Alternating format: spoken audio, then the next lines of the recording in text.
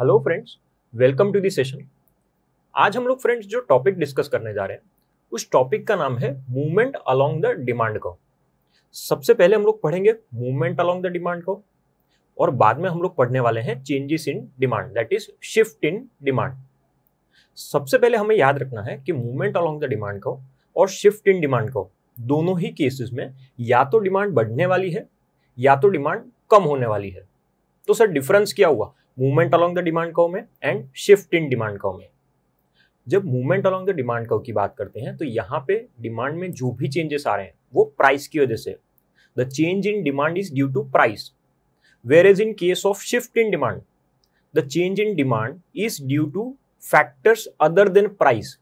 Price के अलावा जो भी फैक्टर्स है, जैसे हमने देखा price of related goods, income of the consumer, future expectations, taste and preference, ये सभी फैक्टर्स की वजह से अगर डिमांड में चेंजेस आ रहे हैं तो उसे हम लोग क्या बोलेंगे? Shift in demand. सबसे पहले आज हम जो डिस्कस करना है वो है movement along the demand curve. जब मैं movement along the demand curve की बात करता हूं तो इसको हम दो पार्ट में डिवाइड करेंगे, that is extension of demand and contraction of demand. पहले एक्सटेंशन की बात करते हैं। एक्सटेंशन, नाम से ही मुझे पता चल रहा है कि डिमांड क्या हो रही है? बढ़ रही है। कॉन्ट्रैक्शन, कॉन्ट्रैक्शन से मुझे पता चलता है कि डिमांड क्या हो रही है? कम हो रही है। एक्सटेंशन का केस कौन सा होगा, कॉन्ट्रैक्शन का कौन सा केस होगा, हम लोग तीन अलग अलग डायग्राम्स के थ्रू देखेंगे। फर्स्ट जो केस देखेंगे वो देखेंगे एक्सटेंशन, सेकेंड केस जो देखने वाले हैं वो है कॉन्ट्रैक्शन, एंड थर्ड कंबाइंड, मतलब हम लोग एक ही डायग्राम में दोनों चीज शो करेंगे, that is extension as well as contraction of demand. सबसे पहले हम लोग देखेंगे एक्सटेंशन ऑफ डिमांड। जो केस देखने वाले हैं वो है एक्सटेंशन का केस। सो पहले डायग्राम हम जो ड्रॉ करते हैं वो एक्सटेंशन का डायग्राम ड्रॉ करते हैं। मार्किंग का फ्रेंड्स हमें बहुत ध्यान रखना है, X axis, Y axis and point of origin. X axis पे हम लोग क्वांटिटी शो करेंगे और वाई एक्सिस पे हम लोग प्राइस शो करने वाले हैं। अब हमेशा डायग्राम में सबसे पहले क्या होगा? Initial price and initial quantity, that is P and Q. अब यहाँ पे एक्सटेंशन है, एक्सटेंशन मतलब डिमांड बढ़ने वाली है। तो डिमांड कब बढ़ेगी? जब हमारा प्राइस कम होने वाला है। सो प्राइस कम हुआ और हमारी डिमांड इंक्रीज हो चुकी है। Here P1 and Q1। अब यहाँ पे हम लोग देख सकते हैं हमारी क्वांटिटी Q से Q1 पे जा रही है। Q से Q1 पे हम लोग जा रहे हैं, हमें दिख रहा है कि डिमांड क्या हो रही है? बढ़ रही है। ये कौन सा केस है? एक्सटेंशन ऑफ डिमांड, मतलब प्राइस के कम होने की वजह से डिमांड क्या हो चुकी है? बढ़ गई है। यहां पे जब हम दोनों पॉइंट्स को कनेक्ट करते हैं तो हमारा डिमांड कर्व बनता है। यहां पे हम लोग पॉइंट्स प्लॉट कर सकते हैं, that is point A and point B. जब मैं पॉइंट ए से पॉइंट बी पे मूव हो रहा हूं तो ये क्या है? डाउनवर्ड मूवमेंट है। सो स्टूडेंट्स, हम सबको क्लियर होना चाहिए कि एक्सटेंशन के केस में हमेशा क्या होता है? डाउनवर्ड मूवमेंट होता है। कि जब भी पर्टिकुलर कमोडिटी का प्राइस कम होगा फ्रॉम P टू P1, हमारी डिमांड बढ़ जाएगी Q से Q1, that is downward movement. ये पहला केस है एक्सटेंशन ऑफ डिमांड का। सेकंड हमारा जो केस है वो है कॉन्ट्रैक्शन ऑफ डिमांड। जब हम कॉन्ट्रैक्शन की बात करते हैं तो एज सच बहुत माइनर डिफरेंस है। यहां पे हमें प्राइस क्या करना है? इंक्रीज करना है। अगेन एक्स एक्सिस पे क्वांटिटी को रखेंगे और वाई एक्सिस पे हम लोग प्राइस रखेंगे। Initial price and initial quantity, ये चीज कभी भी चेंज नहीं होगी। ये हमेशा क्या रहने वाला है? सेम रहने वाला है, कोई भी केस हो। अब कॉन्ट्रैक्शन है, मतलब डिमांड क्या होने वाली है? कम होने वाली है। और कॉन्ट्रैक्शन में डिमांड कम किसकी वजह से होगी? प्राइस के बढ़ने की वजह से। सो प्राइस अगर बढ़ रहा है तो उस टाइम पे डिमांड क्या हो गई है? हमारी कम हो गई है। यहां पे ये जो केस है ये है कॉन्ट्रैक्शन, क्वांटिटी कम हो रही है पहले से। किसकी वजह से? प्राइस के बढ़ने की वजह से। सो प्राइस यहां पे बढ़ा है, हमारी डिमांड कम हो गई है। ये हमारा केस क्या है? कॉन्ट्रैक्शन का केस है। हम लोग यहाँ पे पॉइंट्स प्लॉट करेंगे, point A and point B, और ये हम लोग देख सकते हैं ये क्या है? अपवर्ड मूवमेंट है। सो हमें याद रखना है कॉन्ट्रैक्शन के केस में क्या होता है? Upward movement.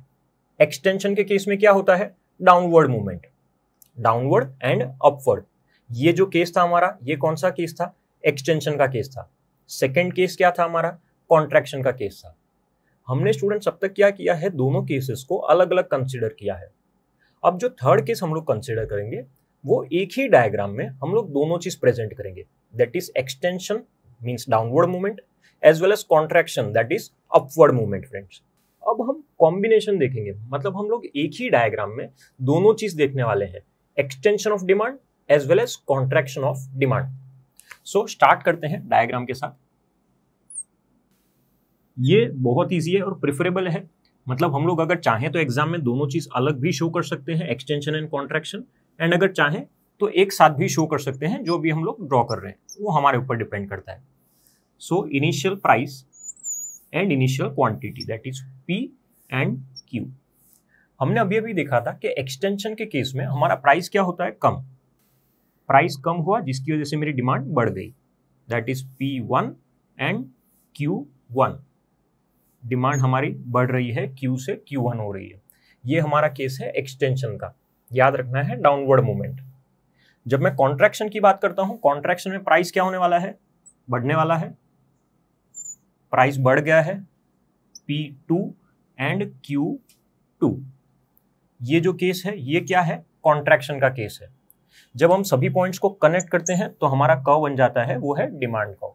Again point A, point B and point C। जब भी मैं एक्सटेंशन की बात करता हूं, हमने फर्स्ट केस में भी देखा था, एक्सटेंशन के केस में क्या होता है, डाउनवर्ड मूवमेंट होता है, डिमांड बढ़ रही है। और जब कॉन्ट्रैक्शन की बात करते हैं तो कॉन्ट्रैक्शन के केस में क्या होने वाला है, यहाँ पे डिमांड कम हो रही है, मतलब हमारा अपवर्ड मूवमेंट होगा। और इसीलिए हम लोग इसे movement along the demand curve कहते हैं। मतलब जो डिमांड कर्व है ना, उसकी पोजीशन चेंज नहीं हो रही है, सेम डिमांड कर्व पे हम सिर्फ मूव हो रहे हैं from point A to point B और from point A to point C. इसीलिए क्या बोलेंगे हम इसे, movement along the demand curve. याद रखना है कि यहाँ पे डिमांड में जो भी चेंजेस आ रहे हैं, चाहे वो एक्सटेंशन का केस हो या फिर कॉन्ट्रैक्शन का केस हो, वो सिर्फ और सिर्फ किसकी वजह से है, प्राइस की वजह से है। नेक्स्ट हम जो पढ़ने वाले हैं वो है शिफ्ट इन डिमांड। उसमें जो चेंजेस आने वाले हैं वो फैक्टर्स अदर देन प्राइस की वजह से आने वाले हैं। बट हमें सबसे फर्स्ट केस क्लियर होना चाहिए, आज का हमारा फर्स्ट टॉपिक क्लियर होना चाहिए, जो है movement along the demand curve. अब आज का हमारा जो सेकंड टॉपिक है वो है शिफ्ट इन डिमांड। स्टूडेंट्स, मैंने पहले ही बताया, शिफ्ट इन डिमांड के केस में यहाँ पे डिमांड शिफ्ट होने वाली है, मतलब जो डिमांड कर्व की जो पोजीशन है ना, वो ही चेंज हो जाने वाली है। यहाँ पे डिमांड कर्व या तो राइट में शिफ्ट होने वाला है या तो डिमांड कर्व लेफ्ट में शिफ्ट होने वाला है। एंड अगेन याद रखना है, डिमांड बढ़ रही है, कम हो रही है। शिफ्ट इन डिमांड को हम लोग दो पार्ट में डिवाइड करेंगे। जो हमारा फर्स्ट पार्ट होगा वो होगा इंक्रीज इन डिमांड, जो हमारा सेकंड पार्ट है वो है decrease in demand. Again demand बढ़ रही है, कम हो रही है, लेकिन याद रखना कि यहाँ पे हम लोग प्राइस कांस्टेंट रखने वाले हैं। Movement along the demand curve में हमने प्राइस में चेंजेस किए थे, बट शिफ्ट इन डिमांड में हम लोग प्राइस में कोई चेंज नहीं करेंगे। जो भी चेंजेस होने वाले हैं वो अदर फैक्टर्स में होने वाले हैं, और अदर फैक्टर्स की वजह से बेसिकली यहाँ पे डिमांड क्या होने वाली है, या तो इंक्रीज होने वाली है या फिर डिक्रीज होने वाली है। So shift in demand. Other factors की बात करते हैं। अदर फैक्टर्स कौन से होते हैं? First, price of related goods. Second, income of the consumer. Third, taste and preference. Fourth, future expectation. तो ये अलग अलग फैक्टर्स हैं प्राइस के अलावा, जिसकी वजह से मेरी डिमांड पे इफेक्ट आ सकता है। या तो डिमांड बढ़ने वाली है या तो डिमांड कम होने वाली है। एक सिंपल एग्जांपल देता हूं, अगर किसी भी कंज्यूमर की इनकम बढ़ रही है तो डिमांड भी बढ़ेगी, मतलब increase in demand.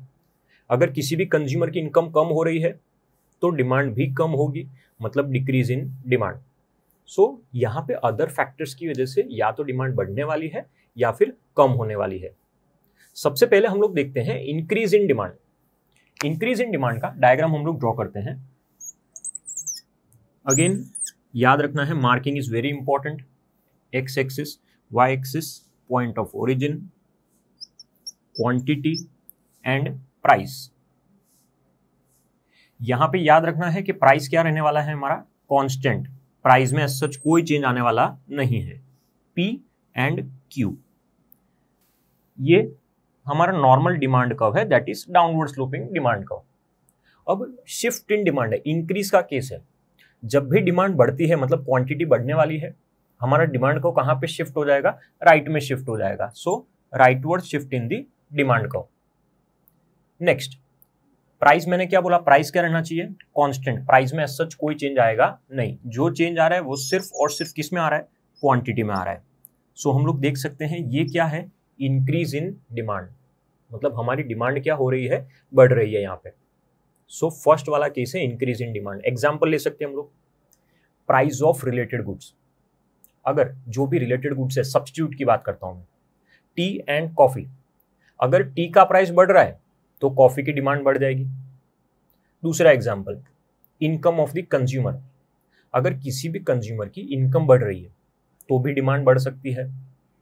Third example, taste and preference, अगर टेस्ट एंड प्रेफरेंस फेवर में है तो भी डिमांड इंक्रीज हो सकती है। फोर्थ, फ्यूचर एक्सपेक्टेशंस, अगर किसी भी कंज्यूमर को ऐसा लग रहा है कि फ्यूचर में इस पर्टिकुलर कमोडिटी का प्राइस इंक्रीज होने वाला है तो प्रेजेंट में उस चीज की डिमांड क्या हो जाएगी, इंक्रीज हो जाएगी। सो ये अलग अलग रीजंस है जिसकी वजह से बेसिकली हमारी डिमांड क्या हो सकती है, बढ़ सकती है। It is increase in demand. याद रखना है यहाँ पे राइट वर्ड शिफ्ट हो रहा है। दूसरा हमारा जो केस है वो है decrease in demand. Decrease in demand में भी हमें याद रखना है कि प्राइस तो एज सच कांस्टेंट ही रहेगा, जो भी चेंजेस आने वाले हैं वो चेंजेस किस में आने वाले हैं, तो सिर्फ और सिर्फ क्वांटिटी में आने वाले हैं changes. So again initial price and quantity, that is P and Q. Demand का डी। अब यहां पे ये नॉर्मल केस था हमारा, डिमांड डिक्रीज हो रही है। जब डिमांड इंक्रीज हो रही थी तो मैंने बोला right word shift, demand decrease हो रही है तो हम लोग क्या करेंगे, left word shift, D1। Price remaining same, सिर्फ चेंज किस में आ रहा है, हमारी क्वांटिटी में चेंज आ रहा है। सो ये कौन सा केस हो गया, डिक्रीज इन डिमांड। हम लोग देख सकते हैं कि यहाँ पे भी प्राइस कांस्टेंट है। एग्जाम्पल अगेन यहाँ पे भी कंसिडर कर सकते हैं, प्राइस ऑफ रिलेटेड गुड्स, अगर टी का प्राइस कम हो गया तो कॉफी की डिमांड कम हो जाएगी।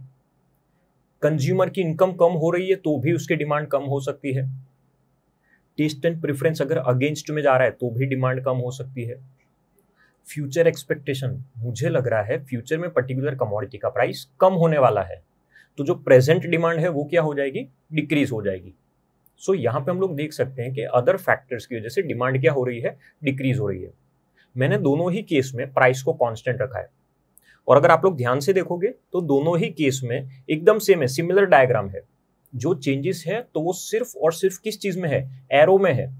यहाँ पे राइट वर्ड शिफ्ट है इंक्रीज इन डिमांड में, एंड डिक्रीज इन डिमांड में लेफ्ट वर्ड शिफ्ट है। सो याद रखना है शिफ्ट इन डिमांड में डिमांड कर्व की पूरी पोजीशन क्या हो रही है, चेंज हो रही है। Movement along the demand curve में एक ही डिमांड पे हम लोग शिफ्ट हो रहे थे डिमांड कर्व में, या तो डाउनवर्ड मूवमेंट था या फिर अपवर्ड मूवमेंट था।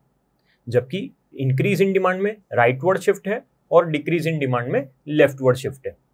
सो ये टॉपिक सभी को क्लियर होना चाहिए, that is shift in demand, increase in demand and decrease in demand.